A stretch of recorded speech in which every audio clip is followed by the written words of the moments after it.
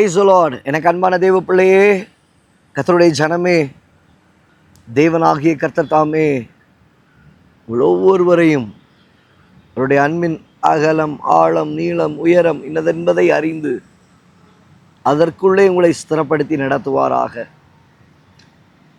இந்நாட்களில் தானே சங்கீதத்தின் புஸ்தகத்தில் 28வது சங்கீதம் 8வது வசனத்தில் வாசிக்கிறோம், கர்த்தர் அவர்களுடைய பெலன், அவரே தாம் அபிஷேகம் பண்ணினவனுக்கு அரணான அடைக்கலமானவர். தேவப்பிள்ளையே, கர்த்தர் அவர்களுடைய பலன். யாரு? தேவன். யாருக்கு? தாம் அபிஷேகம் பண்ணினவர்களுக்கு. கர்த்தரால் அபிஷேகம் பண்ணப்பட்ட தேவப்பிள்ளையே, உனக்கு இந்த உலகம் பலன் அல்ல, உலகத்தில் உள்ளவைகள் பலன் அல்ல. மோசேயை குறித்து நீங்கள் வேதத்தில் வாசிப்பீர்களானால் வேதம் அழகாய் சொல்லும், அவன் பார்வோனுடைய குமாரனாய் இருப்பதை அவன் விரும்பாமல் அநித்தியமான பாவ சந்தோஷங்களை எல்லாம் ஒழித்து விட்டு மாறாக தேவனுடைய பலத்தை சாரவும் அவருடைய தயவின்படி துக்கங்களையும் கடந்து போகிற பாதைகளை சுமந்து கொள்ளவும் அவன் மிகவும் ஆசைப்பட்டவனாய், விருப்பம் உள்ளவனாய். ஆம் தேவ பிள்ளையே,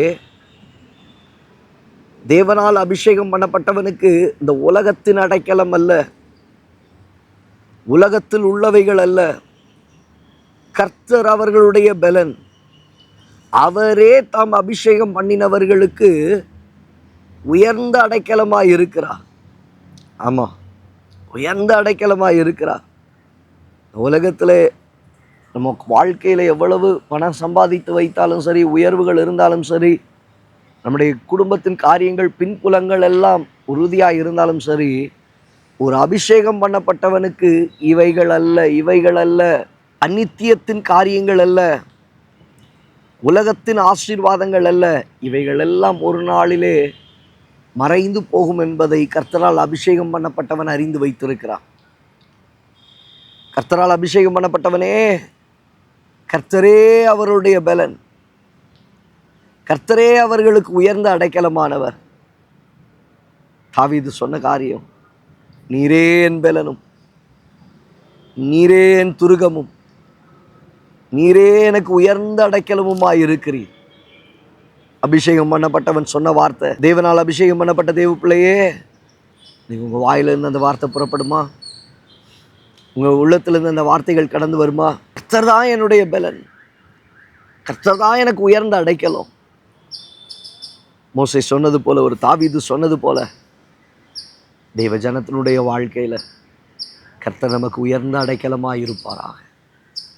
கர்த்தர் கிருபையாய் உங்களை நடத்துவாராக.